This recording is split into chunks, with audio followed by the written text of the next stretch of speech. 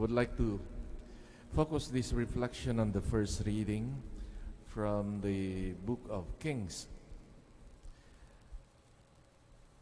And today's reading is a kind of a climax to people's journey towards the promised land and its possession. With this introduction and placing of this Ark of the Covenant in the temple constructed by Solomon, the dream of David has been realized. It was the dream of David to construct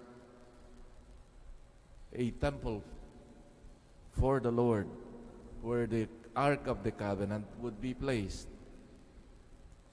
So we see here that the hopes of David, and that of the people of God, coming from the slavery in Egypt, or what we call the Exodus tradition, plus the covenant of Mount Sinai, were fused together in this now what we call the temple, the institution of the temple of the King of Israel. So in this solemn celebration to inaugurate the temple, all people were involved through their representatives. The transport of the Ark of the Covenant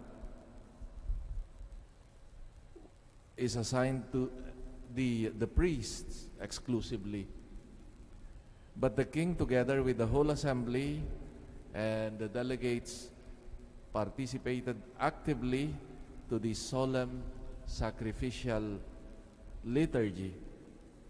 And when the Ark of the Covenant is placed in the innermost space of the temple, God takes it as His own through a cloud, symbol of His glory.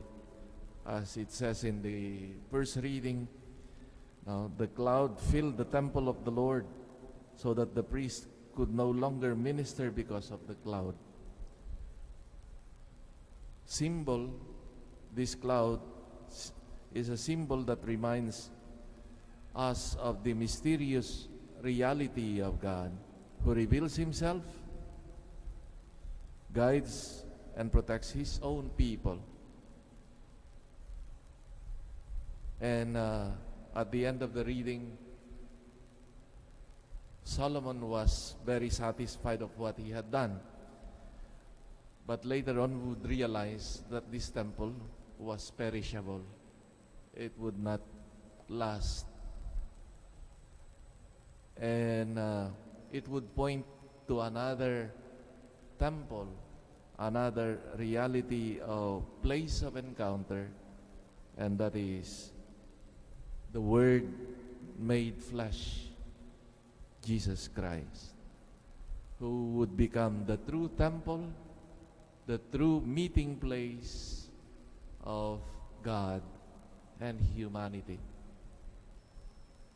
And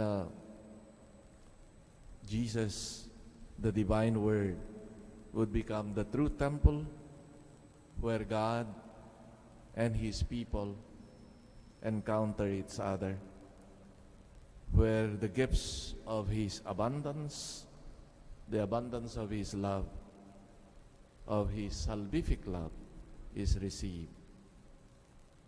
What a privilege for us Christians now, that we do not just meet the Lord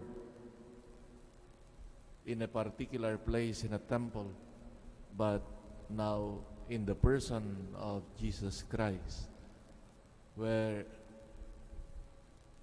any moment, any place, any circumstance, when one knows how to open himself or herself to Christ, there we meet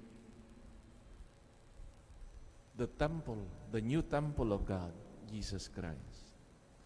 As we meet Him, especially in this liturgy, in this celebration with His Word, and the gift of Himself in the Eucharist, may we be strengthened again and again by this comfort that He brings us, that the Word made flesh, Jesus Christ, is met, can be met anywhere, everywhere,